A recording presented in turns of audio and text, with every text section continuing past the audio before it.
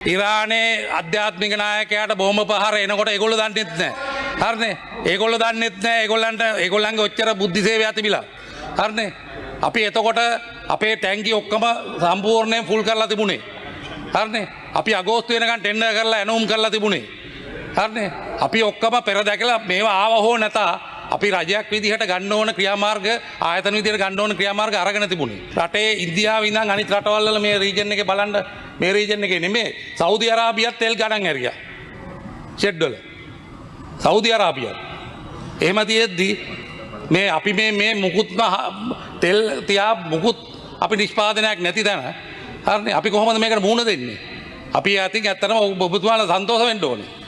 අපේ රජයේ කළමනාකාරීත්වයෙන් හින්දා තාම එක පැයක් එක විනාඩියක් කරන්ට් එක කපන්න නැතුව අපි ගෙනියනවා. හරිනේ ඒකේ වියදමක් තියෙනවා තමයි. ඒකට තමයි ආණ්ඩුවක් ඉන්නේ. හරිනේ. හැබැයි කපන්න වෙන වෙලාවකුත් තියෙන්න පුළුවන්.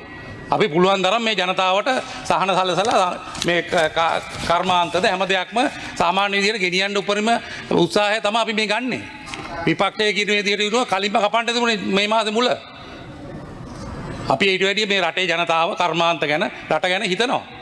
ඒකේ ප්‍රතිඵල තමයි මේ අපි කල්පනා කරගෙන යන්නේ.